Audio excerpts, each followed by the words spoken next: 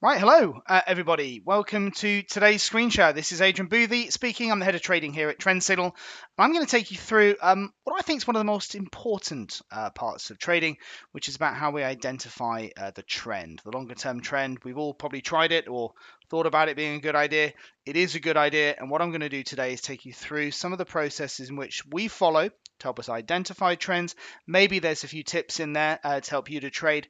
Maybe you want to go off and trade the Trend Signal way. Who knows? But either way, I'd like to think by the end of this session, you'll be have a greater understanding of the trend and why it's important for you. Okay. So look, we're some of you are watching this on GoToWebinar. Some of you are streaming this on YouTube, on Facebook, and LinkedIn as well. If you can hear me, just let me know.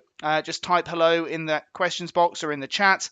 That'd be fantastic. Now, because we're on multiple places, it's hard to follow all of the chat, but I will try to do as much as I possibly can. Thank you, Colin. Here's some instructions there if you want to go to webinar, where you can put in it. The rest of the places are pretty straightforward. If you mind just typing something in, that'd be fantastic. And then we'll get straight into it. So, like I said, today's session, how to identify the trend, interesting, the trend for bigger winning trades. Lovely typo there. Yeah, today is all about the trend, all about how we identify that path of least resistance, the major overarching direction of the market, so we can look to ultimately trade in that direction as well. It's a pretty important part of it, and that's what we're going to get into today. The disclaimer. I won't read all of this, don't panic. But the first paragraph I absolutely will, because it is important. Spread bets and CFDs are complex instruments and come with a high risk of losing money rapidly due to leverage. You should consider whether you understand how spread bets and CFDs work and whether you can afford to take the high risk of losing your money. Past performance is not a reliable indicator of future results. There we go. Okay, let's get to it. So the trend is your friend. You may have heard of that expression before. I believe it's important. It's the thing that helps us to really get a handle on which way is this market more likely to go. Because if we understand that, it gives us a bit of an edge. It's a bit like with your football team. Which football team is more likely to win, which is the informed team. These are the sorts of things that we do all of the time with sports betting.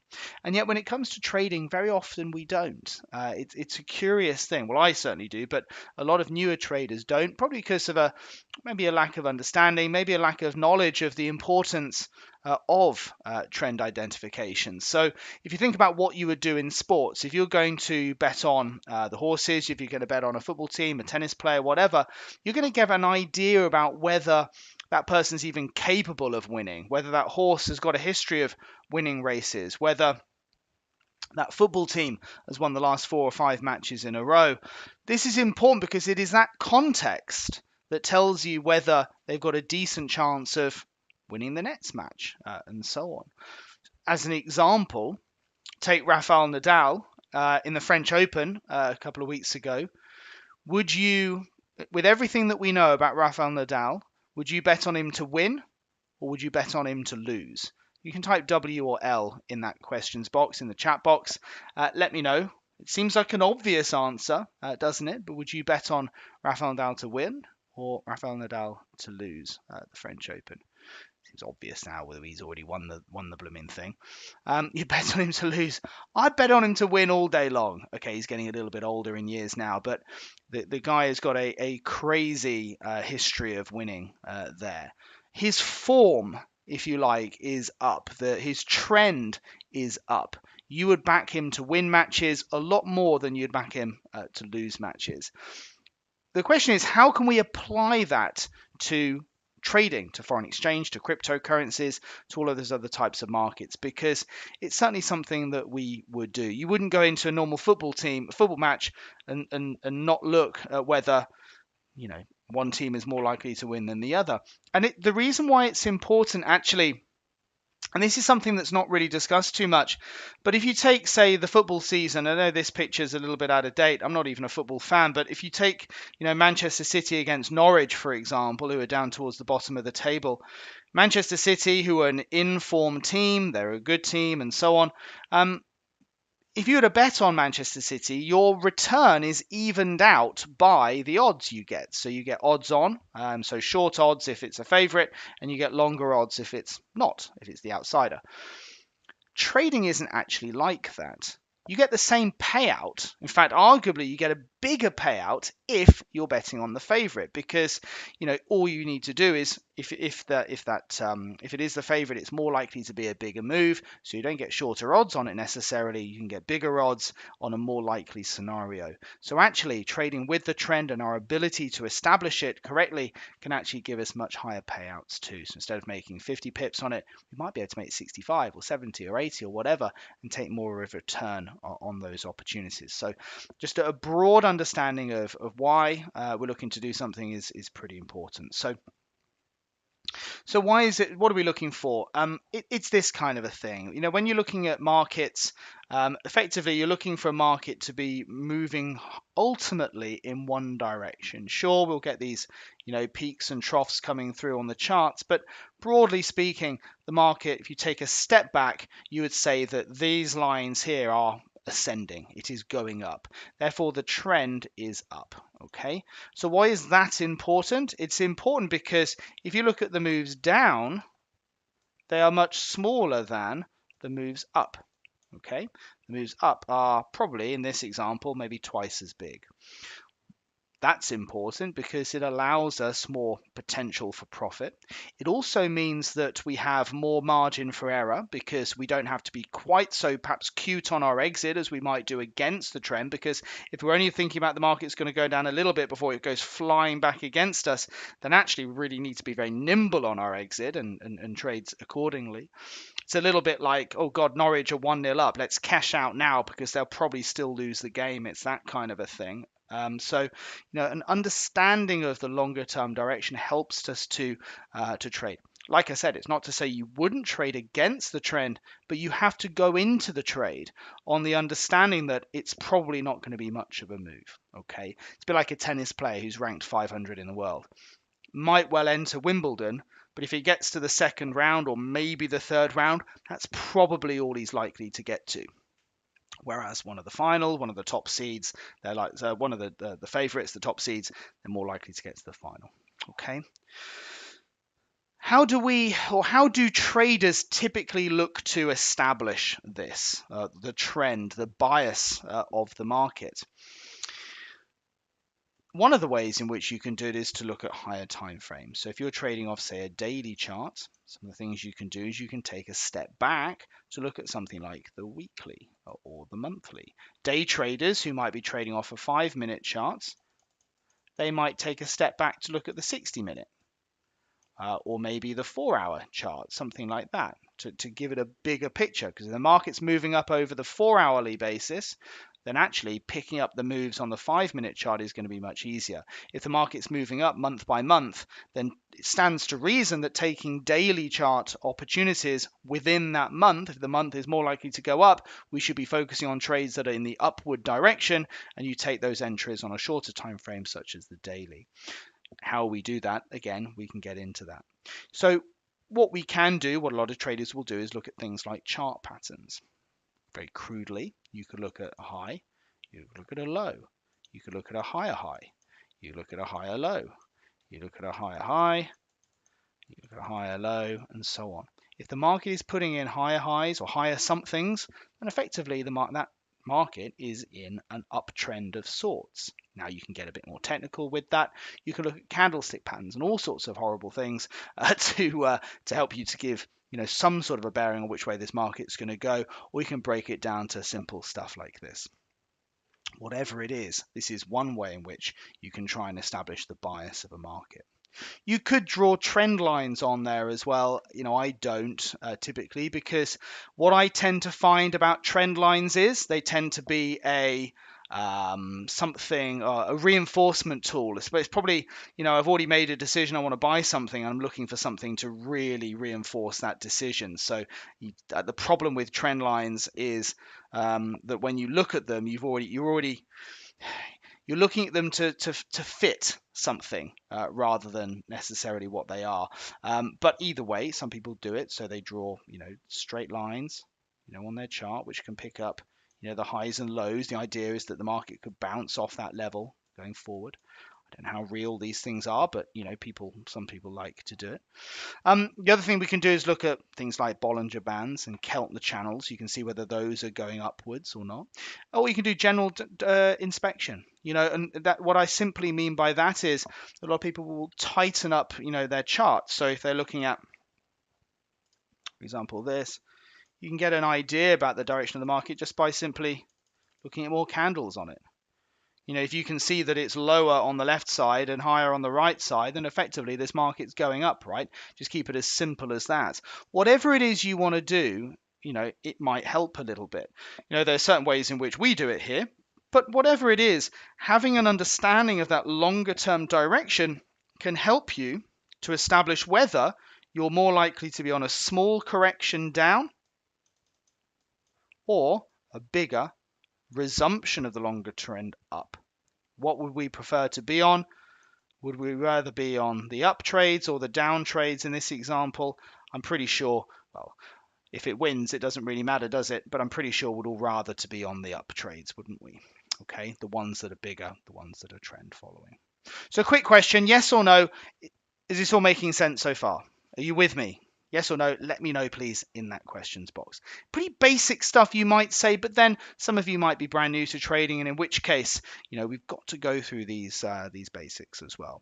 Let me know, guys. Colin's okay. Christopher's okay. Thank you. Mukesh, Robert, Jonathan, Raphael. Excellent. Okay.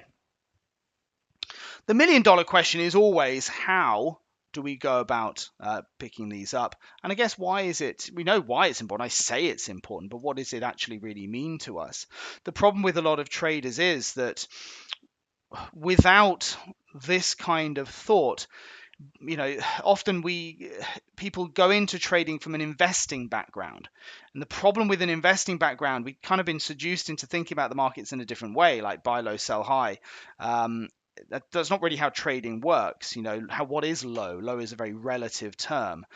Compared to $90 a share on Enron, $65 was pretty low, but not compared to 53 or 45 or 25 or even going down to zero. Low is an extremely relative term. And what we'd often do is, from an investing background, moving into trading, you'll look at supposed value in something. Well, if it used to be 90 and now it's 60, that's pretty cheap, right? It's got to go back at some point, right? At some stage, it's going to go up. It doesn't have to do that. And in fact, if you look at it, again, yes, with the benefit of hindsight, would we have been better off short selling Enron or going long and buying Enron? Obviously, it would have been short selling. How could we have spotted that? Just simply taking a step back. Probably from about this point here, you're starting to see those lower lows, lower low, lower low, lower high. You can take a step back and see that this part of the chart is higher than this part of the chart, which means that the market is in a downward trajectory. But of course, often we want to be right. We want to guess the low. We want to tell our friends that, we bought what such and such a market at the lowest price ever. Aren't we clever? And so on. That's what's, again, not everybody. That's the way some people look at it. But with the benefit of hindsight, if we'd have actually taken a step back, we could have seen lower highs, lower lows, and so on, and the market continuing to break lower. Really, from this point onwards, we should have been taking short trades all day long. Now, I appreciate this back in 2001. It's a long time ago. But the point is, buying cheap, buying low is a relative term. In my experience, doesn't tend to work very well. Is anyone familiar with the Martingale type of trading? Anyone familiar with that? Yes or no? So Martingale is, it's a way of, if you think about roulette with red and black, okay? So when you're on roulette, red and black, it's 50-50, notwithstanding the green, but let's keep it simple. Effectively, if you bet on red, okay, and it comes up black, then you'll double your stake the next time, okay? And it comes up red, red or whatever again. You're betting on red, aren't you? It comes up black again, so you double it up, you double it up, you double it up, and every time you lose in a row, you keep doubling up your stake until eventually it's going to come in at your color, right? And then you get out of it. We all know that that's a horrible way to bet. We all know that such type of betting on roulette is destined to failure, right? We know this, don't we? Because eventually you get to a point where the stake, your trade size, the bet you're doing on each spin of the wheel gets to a point where it's beyond the house maximum and you haven't got any money left, because there's no reason why it can't do 7, 10, 20 reds or blacks in a row, and it will do, and it'll keep doing it until eventually you've got no cash left. And trading can be the same way. A lot of traders who try and buy cheap think the market has got to go back at some point. They follow a similar type of approach. So you can see something where market goes down, I think, oh, that's interesting. Let's buy some here. That sounds great. But of course, it doesn't go up. It goes down a bit more, and then you buy a bit more. But you're doubling up, and then you're doubling up, and then you're doubling up until eventually you've got no capital in your account left. The market keeps coming off until you get absolutely battered. Now, occasionally, very often, actually, the market will go up, and you'll end up averaging in. You'll end up making a small profit on it. But this roller coaster here can be horribly painful as the market keeps going down. You're getting a bigger and bigger loss. Extremely stressful, and believe me, I've seen lots of traders trade in that way. What I'll guarantee about this is two things. Number one, because it has potentially a very high success rate by averaging in, you can make money quite quickly. But what I'd also guarantee is you only need to get it wrong once. You get it wrong once, and and the market falls too much, it will take you for every single penny you've got on your trading account. So averaging in or martingaling, adding into losing positions, adding more as it keeps coming off, and adding and adding and adding and adding and adding, hoping that the market will go up at some stage. One time is all it needs to take all of the money on your account. It is not a good way to trade. So you need to be very careful with that. The good news is that, like I said, there is a much more straightforward way to actually ride the direction of this market. Our students, our members, when you see the market breaking down like that, this is what we're looking at. We're looking at these shorts. We're not trying to trade against it. And the reason for that is a much safer way to trade. And again, you look at a chart like this. Again, easy to say with the benefit of hindsight, but if you have the tools to be able to establish the longer term trend, then you understand the bias of the market and you can pick up some pretty healthy profits. Data-wise, I always think it's really interesting when you start to sort of back stuff up with data. And this is kind of an older strategy now, but it's data that I had that I could pull together quite quickly. But it demonstrates the point quite nicely. The couple of different strategies that we can see here, and this is a pie chart of just pips. It doesn't matter what the pips are, it's just a percentage of the pip result that have come from 3 different strategies over a particular period of time.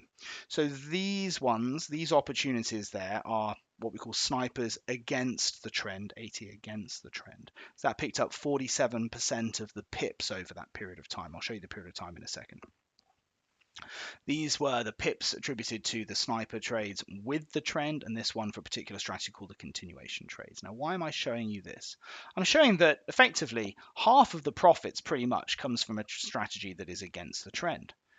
So you're probably sitting there thinking, well, that's quite a lot. So what's Adrian talking about? Why are we looking to focus on the trend and focus on with the trend? Because whilst the pip opportunity from with or against the trends is very similar, actually, it is their behavior, their pattern associated with them that is extremely difficult. And let me different, not difficult, different. And let me explain what I mean by that. When you go with the trend or against the trend, so that's with, and that's against, okay? So if you look at the cumulative pips that have been identified, the number of trades, there's a pretty similar number of cumulative pips versus number of trades. So the average number of pips per trade, the average number of pip movement from the trend signal strategies, say it's a previous strategy, but either way, that was over a period of about 6-7 years there. Over that period of time, the average move from with the trend trades was about 223, 224 points. Against the trend trades, 226 points. It's actually slightly higher against the trend. But here's the difference. Averages can be quite misleading, really. And the difference really is to do with consistency. You see, whilst this may have a very similar average with this, and remember this is with the trend, this is against the trend data. The difference is to do with the outcome. So the average could be 240 points on one trade and 200 points on another trade. That gives us an average of about 220. Snipers against the trend, it tends to be that the movement could be something like 10 pips and I don't know, 400 and what would it be? 450 pips, 430 pips. Okay. That's the movement that it does before the market spins off the other way. The averages are still basically the same. You add them both up together, divided by 2, and the averages are the same. The difference is that when you trade against the trend, what typically happens is you have a much higher proportion of trades that go nowhere and are very loss-making. So they're either really good or they're really bad. And the reason for that is because, well, trends have to change direction at some point, right? But very often it's the case if the market's in a strong trend, you get lots of very small moves against you that really don't give you enough potential for profit. Then the market spins back around and you end up with a very inconsistent style of trading account or an equity curve. So what you find with, you get big winners or you get big losers, but it's really hard to distinguish between whether a trade against the trend is likely to be a winner or loser. It's more difficult to do. Whereas if you have the ability to establish the trend like we did here, you ended up with a much more consistent type of approach. The averages are the same, but our route to that average is extremely different. Okay. Now, on that basis, looking at the difference here, yeah, there's one big kahuna potential trade there. But what would you prefer? Something where you can have a much higher number of loss-making trades and a more erratic performance? Or would you rather a smoother performance on your trading? I'm pretty sure we'd all rather a smoother one. Okay. Yemi, why is your comparison not to December 2021? The reason being two things, actually. One, it's an older strategy, but I had the data for it quite quickly to put on this slide. But also, Yemi, it doesn't really matter. It's just for illustrative purposes. And this would be relatively consistent against a number of strategies, I would think, not just trend signal strategies. That when you're trading against a trend, you can get big moves, but they are inconsistent in them. Because when markets reverse and that direction of the trend changes, you get massive trend direction changes, and they can be very, very big moves. The problem is you might have had 3 bad trades in order to get to that big one. Do you see? So is this still making sense? I'll give you see if I can give you some examples of that actually. So if we take dollar yen, maybe it's not the best example of this one, but let's just have a look at this on the daily chart.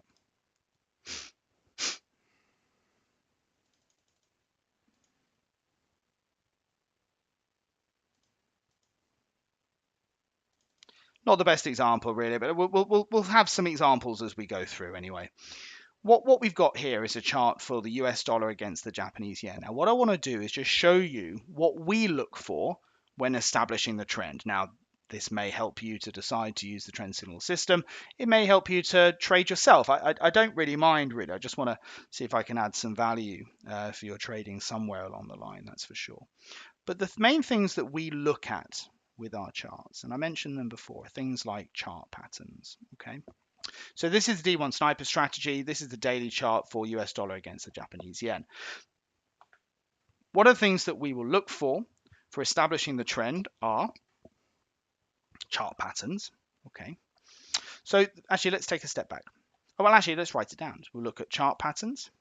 Okay, we'll look at higher time frames. So we'll look at the weekly trend. We'll look at the monthly trend. This line here, this blue line, orange there, this is effectively the direction of this band. So this band, the price channel here, if it's going up, this will be blue. If it's going down, it will be orange. So we call this the intermediate trend here. So we look at the color of that. That helps us to establish what's going on.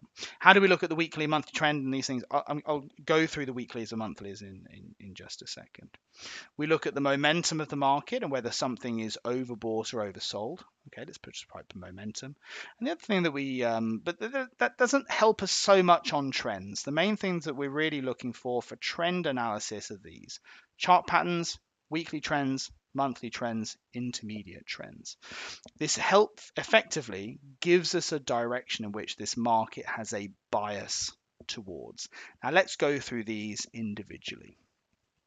I'm going to start off with chart patterns. Okay, all right. So how can we establish whether something has a good chart pattern or not? Now, this can be difficult if you don't use indicators, because if I were to just remove all those indicators off, it's actually hard to establish where the highs or lows are. Are they there? Is it there, there, there, there, there, there? The problem is, working this out yourself, I could probably get different highs and lows from everybody. Maybe not on this chart, it's a little bit more straightforward, but it's quite hard to look at it on pure candlesticks alone. So what we do, and there's some charts that are far more complicated than this. And also, again, the problem with trying to work out the highs and lows is, to work out your chart patterns, is that the way in which you read it, you could look at this chart tomorrow and you'd put them in different places. So it's very hard unless you've got some form of basis around which you can work out the highs and lows. So if I just work out that now, let's just go back to dollar yen.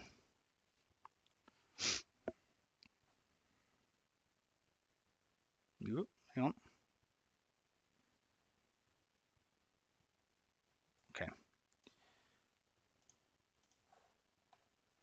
So what we look at is this green and red line.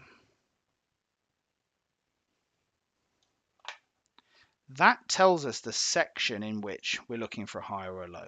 So basically, over a green section, when this line is green, we're looking at what the high is over that section. When it's red, we look at what the low is over the red section. Look, it goes back green again. Do you see that? So we're looking for what the high period was while this line was green. When the line is red, you look at what that level was there.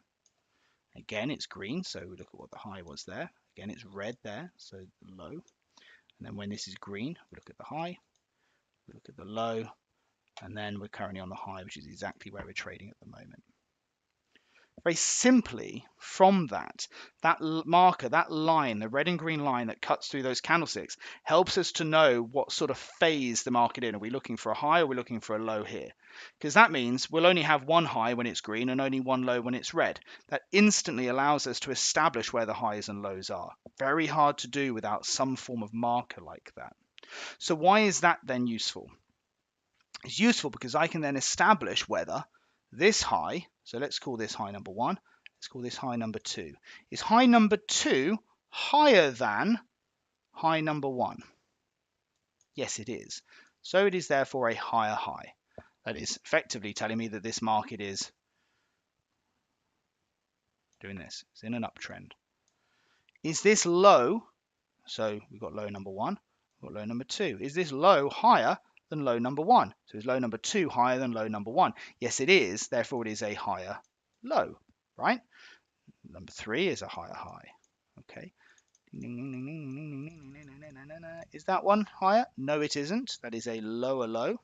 Okay, so that low is lower than that low. So it's a lower low.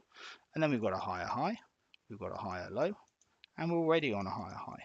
Okay, so very simply, just having that marker, that vector average line that we call it, it's our proprietary indicator, helps us to establish the phase we're in, from which we can very simply plot the highs and lows. Now, we don't need to do that manually because the software will actually recognize it for us. But the art of doing it is important. Effectively, when the right patterns are in place, if we're seeing a change in the direction, a lot of you will have seen trend signal before, we look at the vector average changes, color changes as a potential trade. So whenever the market turns, changes direction, that line will change color. Okay. When the line changes color, what the software will do is ascertain what's in its favor. So when you see a CP here, and you see a CP here, and so on, it's telling you that, oh, it's a rise, this is a turn up in the market, and it is supported by an ascending chart pattern. The chart pattern trend at that point is up. It is in our favor. That's why you see the CP on that chart. Okay, so in order to work out your chart patterns, it can be straightforward if you have a good marker to help you to do that. Again, everybody, is this making sense so far? Give us a quick yes or a no, just to let me know, please.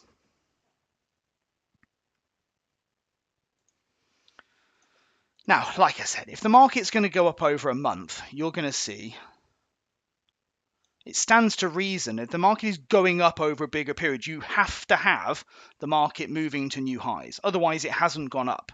So in other words, if the market is going up, it is putting in higher highs. Therefore, the chart pattern can help us to give us an indication as to which way it's going. All right? Good.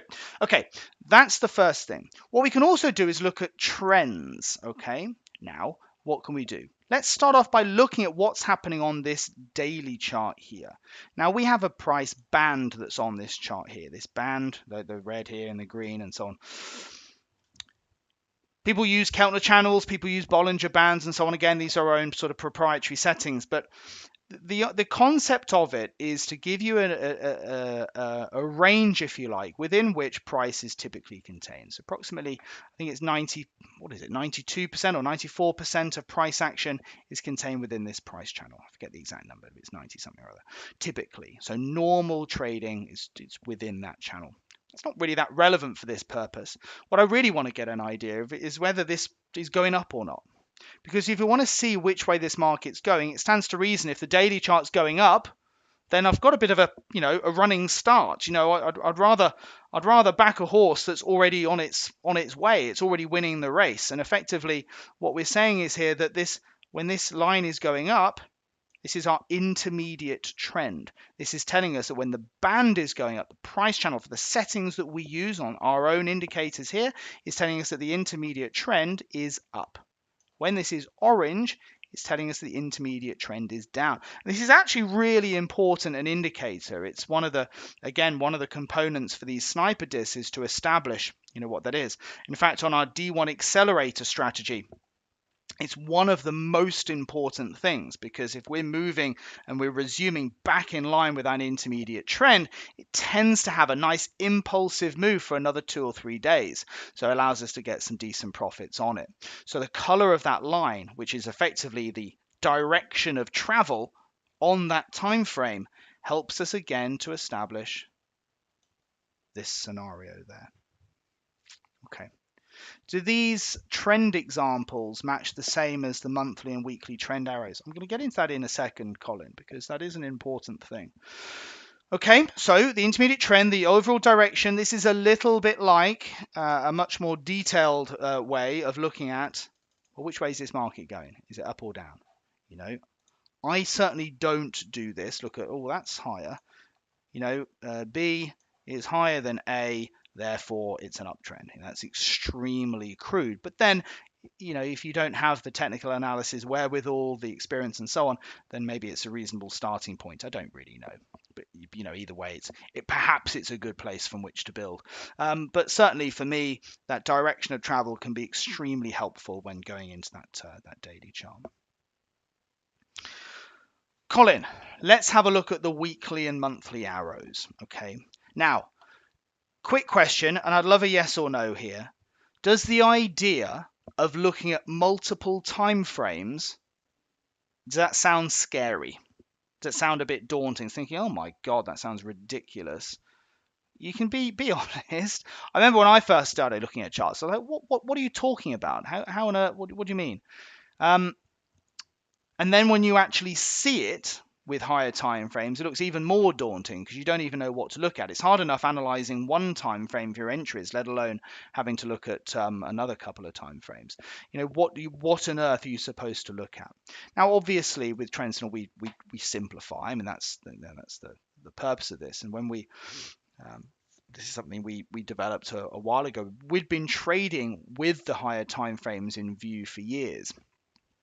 But when we moved to this charting center platform 2 or 3 years ago, we were able to get this coded up here, this little widget here, if you like, on the left-hand side, which tells us the direction. So at any given point, wherever I put my cursor, see how it just went to the weekly down there? So the weekly time frame was down a little bit there, short period. You see that?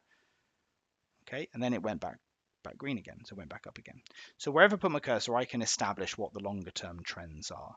Now, the million-dollar question is, what is that? How are you establishing the weekly, monthly trend?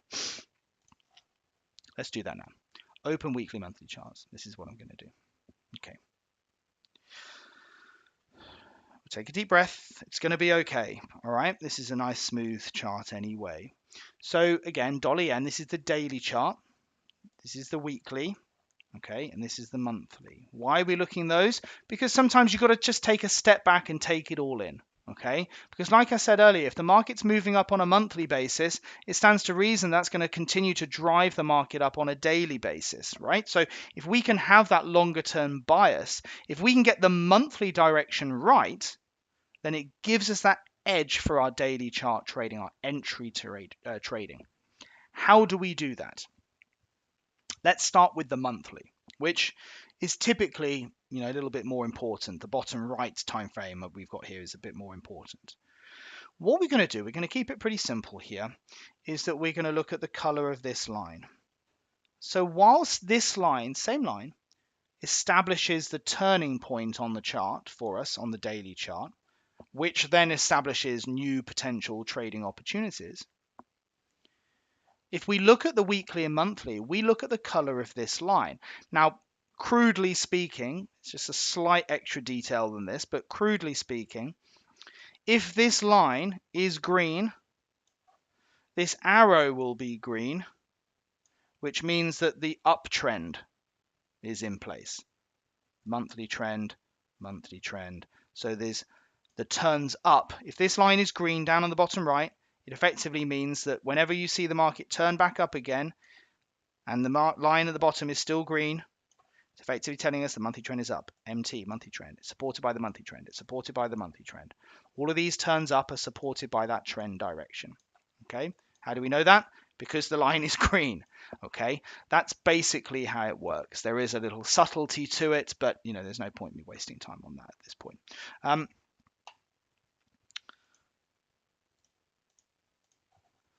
Again, this line is tracking price. So we can see that price is rising on the monthly, and we can also see prices rising on the weekly as well. So what I want you to do, put where my cursor is, what was that, the 29th of May? So if I move to the 29th of May, watch, there we are. So we're seeing that line change. Okay, there we go, see that? So it's moving. The weekly time frame changes, okay, as the line then starts to go red again. It's only red for like a week or so. That's it. Okay, so again, it gives us that bigger picture. I mean, one question you've got to ask yourself: how do we build all of these things together? Well, that's what we do here at Trend Signal. But the point of this is that taking a step back and establishing longer term direction is very important, because again, if we can establish the weekly direction, the monthly direction, it's going to give us an edge and a bias for this market. Okay, so Colin, is that okay? Does that make sense? So we're basically lining up these vector average lines. That's what we do here at Trend Signal. So if you look at this latest opportunity, this is actually what you'd call one of the old-fashioned continuation trades, almost, really, where this line here, get me cursor out again, this line here is turned from red to green. So before we had snipers for trades like this, because not every category of sniper used to have a sniper on. It's a relatively recent thing. If we're green here, tick. Are we green down here? Yes. Are we green down here? Yes. 3 greens. Good to go. That was what we used to call crudely a continuation trade. Okay. But we're a little bit more technical in the makeup of these opportunities now, and we incorporate a few other factors as well, such as the intermediate trends and chart patterns and so on. The point about it is, though, you don't really need the trend signal backstory. The point is that understanding those longer term trends, it helps us to understand where we are in the market cycle. So are we looking at a trade that's like this, or a correction that's like this? Now, trend signal software and our analysis of these setups helps us to determine whether that setup, the trend setup at that time, is good for us. You'll notice that this turn up here is supported by the weekly trend, the monthly trend, the chart pattern, and also this blue line as well, the intermediate trend. That's a pretty good setup. There's a lot of ticks in the box there to tell us, hey, that's looking pretty good. This turn down, however, what do we notice about this? Well, we notice that line's blue, which means it's a move down against that direction. That is against the intermediate trend. It's okay in itself, but we need to start layering up reasons to take this trade. Yeah, sure, dollar yen's moving down, but why do I want to take that trade? It might be moving down, but it is a good opportunity to take. What else do I want to have a look at? Well, I could have a look and see if the weekly and monthlies are down, but actually looking on the left-hand panel and looking at those vector averages on those high time frames, which you don't need to look at because the information you really need is here in the arrow format, but the weekly and monthly trend is up. That's why you don't see WT and MT. You might think that's a bit of extra noise. Why do we need that? We just look at the snipers and so on. But actually, I like looking at all this sort of stuff. It helps me take discretion and take on additional opportunities and so on. They're not on there. The chart pattern is not on there because ultimately we're seeing higher highs and higher lows. So therefore, we're trading pretty much against everything on that turn down. So whilst this is a bit like, that's pretty much against everything. And what I would say with that is, when you're against everything like that, you're either going to lose big. This didn't even go 1 pip in our favor. Had you have taken that short, which you shouldn't have done, it didn't even go 1 pip in that direction because the small correction had already taken place. The more likely scenario after that small correction is that the market should then lift with a move to new highs. It's actually what it's already done.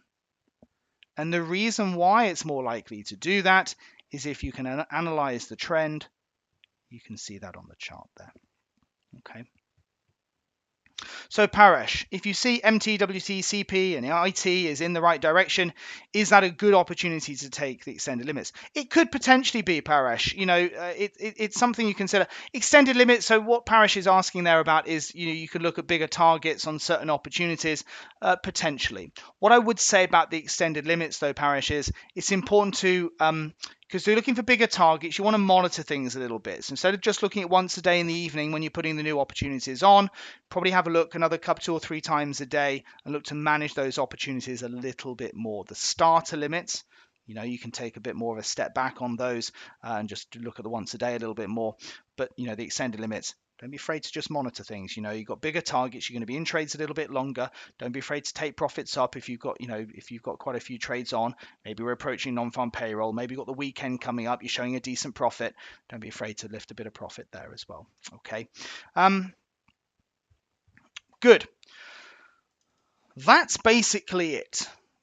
And what this allows a trader to do is to steer ourselves to a safer trading opportunity. Now, while safe might sound boring, remember, this is about getting the right results. This is about winning and getting decent profits there.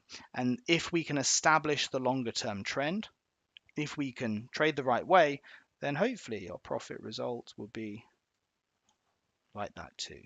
It's never going to be in a straight line, but if you don't get the trend, what typically will happen is you're going to have much bigger peaks and troughs, and who knows where you'll be. Then the emotional roller coaster associated with that equity curve can be extremely difficult to deal with as well. Do these lines need to be placed on the chart? What lines do you mean? Well, trend lines, or like I'm drawing on there now. There's just a drawing tool. I'm not too sure what you mean. Raphael, what's the effect of boundaries of range? It's a really interesting one. Probably not as much as you might think. I think the markets can often overshoot, to be honest with you. Look, that's the natural sort of boundary of the price channel, but it hasn't stopped the price going on a little bit. The way my economics lecturer used to call it was exogenous factors and endogenous factors. So endogenous is something normal going on and so on. Exogenous was something outside the model have a big shock impact. Problem is there's kind of big shock and big impacts that can happen all the time. And so I don't tend to worry too much about the extremes of the price channel to stop me with targets. I'm rather more interested in support and resistance for that a little bit. Like those dotted lines that you see on the charts there, but I don't tend to get too bogged down in all of that. What I am interested in, and looking at the effects, so boundaries or range, what I'm a lot more interested in is A, support and resistance for being a little bit cuter with targets, but also B, is kind of having a base understanding of what good looks like for a particular market or opportunity. I think a lot of traders. I remember a member of ours a while back said, right, I'm starting off by looking at 40 pip targets, then I'm going to go and once I'm happy with that, then I'm going to move on to 50 pips and 60 pips and 70 pips and 80 pips. And you're going to keep going up and up and up and up. It doesn't really work like that. The movements you can't just do that just because you're more experienced, because the market may not move that far. You have to have an understanding of what good on a particular type of setup looks like. So good on a dollar yen might be 40 or 50 pips. Good on pound New Zealand might be 110 pips.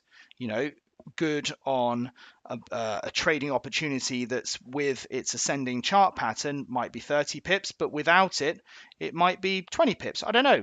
The point is that broader understanding of the numbers is something that can make quite a big difference to one's trading. I don't tend to get too bogged down in ranges because I don't tend to see that it has as much of an impact as one might think, to be honest with you. If you have a bigger understanding of how your chosen instrument tends to move and behave, or consistently behaves, that is the thing that will help you be more profitable. And the reason why that's important is because if a market, let's say that's gone 50 pips, okay, and let's say that was the target as the more likely scenario, I think it probably was about 50 pips on dollar yen.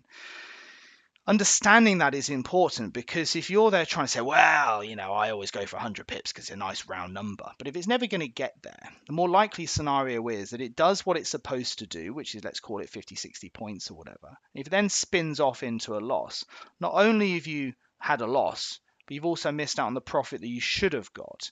So turning a 50-point profit into a 100-point loss is a 150-point swing. That's pretty painful, actually.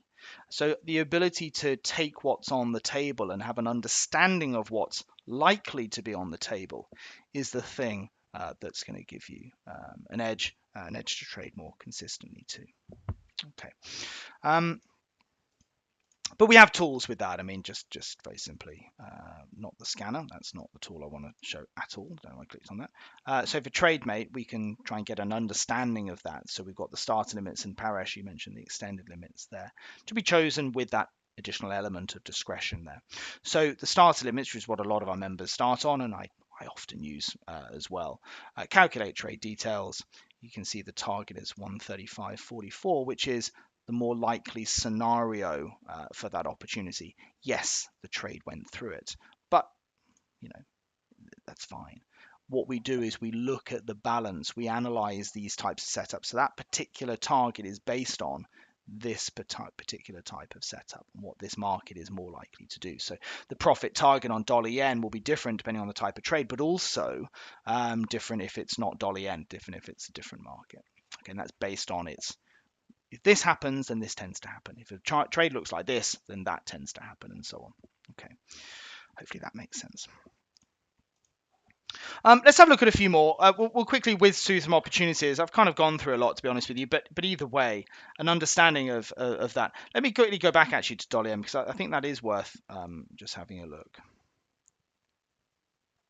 you'll notice when you look at these, I mean, this is a good example, but there, the move down, not a sniper because it's heavily against everything, right?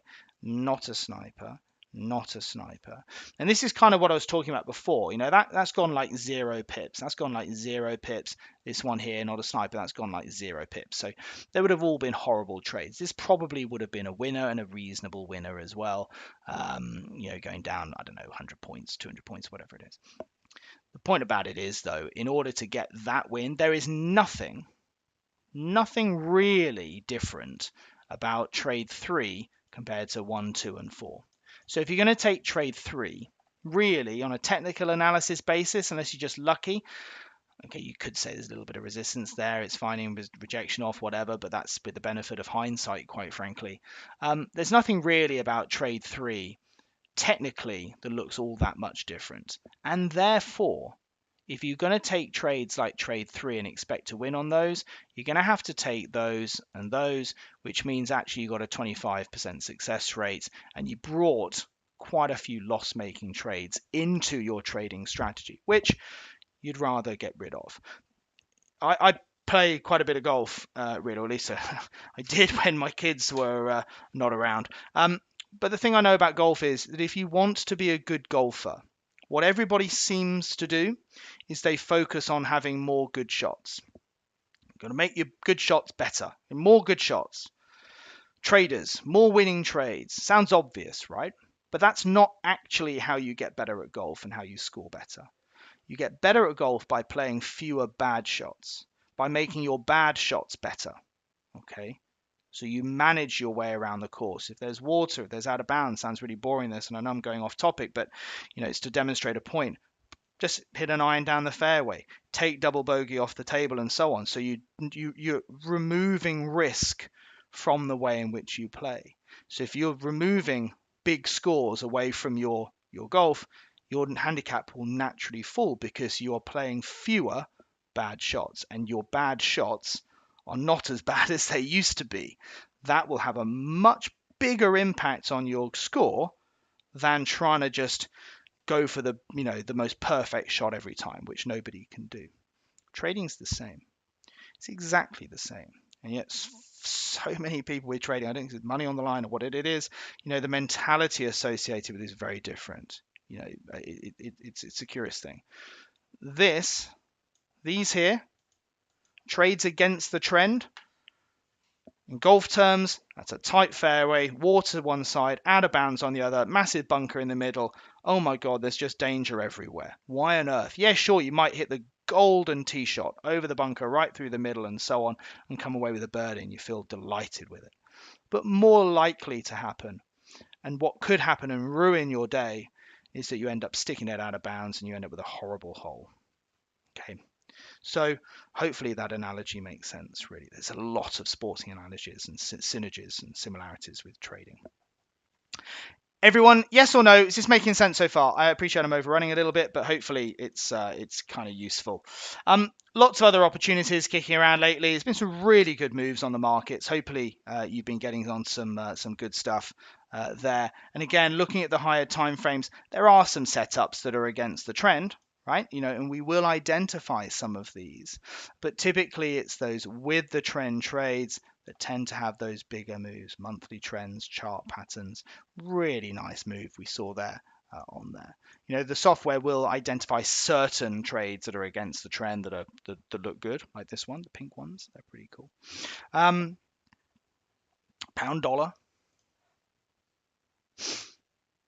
Similarly, with pound dollar. But let's look at this one actually as an opportunity. That's got lots of great hallmarks. Orange here, pound dollar, lovely, lovely, lovely. This one again, lovely, lovely, lovely. Oh God, you're selling it so far down. This is that Enron chart. But actually what we're doing is we're speculating on the prices continuing to fall. We're hoping for it to go bust. We're not at all, are we? But, effectively the bias is down. So we just got to get on that next downturn. Chart patterns are down, weekly trends down, monthly trends down, intermediate trends down. It's like, yes, come on, keep going down. I don't want it to go down. I'm going to Florida later this year. I want it to go up. But anyway, what we can, though, see is how the market then started to move up. It's a higher high here. That's starting to buck that trend. The intermediate trend starts to move back positive again. Suddenly, the hallmarks associated with this next turn down are not quite so clever. You're not overbought. The market is, as like I said, the intermediate trend has gone up. You're starting to see higher highs. It's actually not quite so clever. There's no sniper there. Had we have taken it, it would have been a nice trade, actually. But you know what? The reasons for it not being there are statistically relevant reasons. And, there's plenty of other trades that we did take on that move down. It's just that this one didn't quite meet the right rules associated, or historically a pattern associated with decent trades. And again here, look at this one. Again, what did the market then do? It broke down to new lows, lower highs, lower lows. It's all of that sort of stuff. Weekly, monthly trend down, we're moving back up again. This is a bit like one of those short trades on dollar yen. It's funny how when the charts flip the other way, it looks more interesting as a buy down here. You think, oh, it looks cheap, and so on, looks different. But this is exactly the same as a short trade on dollar yen right now. And it's something that it's a bit iffy, a bit reckless. It's something that we should be rather cautious about. Hey, listen, it may go on and absolutely roof it from here. But the reason we're not seeing a sniper now is because this is against absolutely everything. And when you're against absolutely everything on the chart, trend-wise, it doesn't tend to produce good trades. There wasn't one here.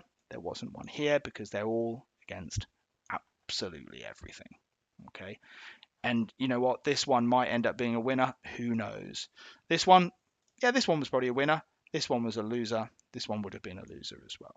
So we're just taking double bogey off the table a little bit where we can. We're still going to have some bad holes, guys, keeping up with the golf analogies and confusion. But, we just need to be able to spot where the dangers are where we can. Ordinarily, it's really hard to see where the dangers are. With the right tools, though, we can walk into the golfing hole with our eyes wide open. What else have we got? Aussie yen, CAD Swiss, loads of decent moves actually. I mean, the markets have been performing very nicely, Forex terms, and you can see here again, longer term trends. Look, in fact, this is CAD Swiss. Let's have a look at this on the higher time frame. Trend change. Monthly starting to turn positive. That's giving us an upward bias. Okay, watch my cursor. You see on the left there, look at the monthly arrow on the left there. Oh, that's down. Downtrend. End of the month. Turns up. Oh, look. Last trading day of the month. The trend turns up.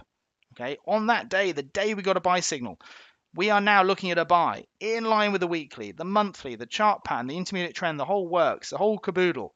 It's there. Why? Because we're being backed up by the higher time frame. The market is telling us we're more likely to rally over the next month. What did it do? Well, it did. It had a blooming good move up. Went up more up than it did down, that's for sure. Gave us a nice winner there. Gave us another little bite at the cherry there. This one turned down against everything. Remember, out of bounds, bunker in the middle, water on the left. That's all there on this turn down. No good. This one, nice and straightforward. Thank you very much. Really nice, clear winning trade. Yeah, this one, that would have been a winner too had we have taken it. However, remember, unless there's other factors going on, unless it's moving off resistance or whatever else it may be, the other base patterns there, the weekly trends, monthly trends, and so on, it's against it. I'm not interested. Like I said, I can teach you support and resistance, pivot points, and so on to help to spot certain opportunities in addition to the snipers, but that's not for today's webinar.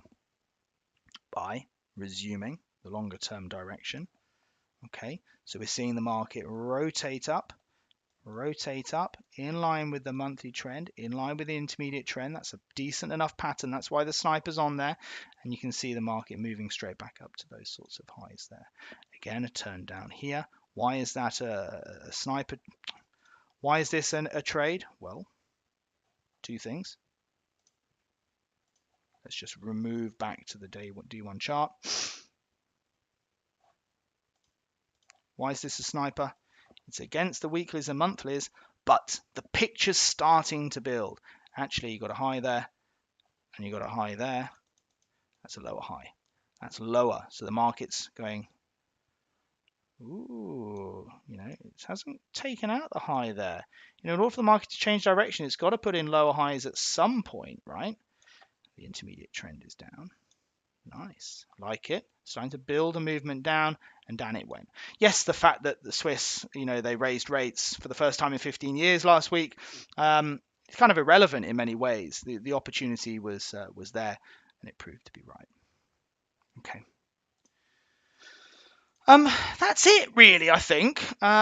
Let me just have a look and see what else I've got. Strategy performance. Well, look, I don't need to go through all of this now, but performance of the strategies, it's picking up, and we have the trend following analysis all in there to help us to identify those trading opportunities, whether that's the D1 sniper, which I've been focusing on today, or whether we want to look at the D1 accelerator strategy as well.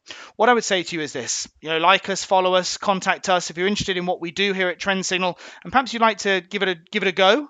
You'd like to use these systems and go through our coaching programs, then absolutely get in touch. The details in order to do that are on screen now. I'm not going to do some weird pitch. Really, I just focused on saying that hopefully today has been an interesting session. Hopefully you've learned something today. Yes, of course, it's applied to the way in which we do things. That's the way in which I do things. That's the way in which I trade. But if that's given you a few little sparks of thought that's going to help you become a better trader, then fantastic. That's what it's all about.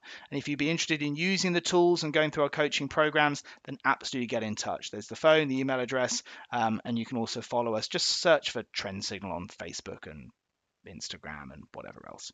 We're there. We're around. All the best, everybody. Thanks very much for attending today. And hopefully you found it a useful hour or so. Bye-bye for now.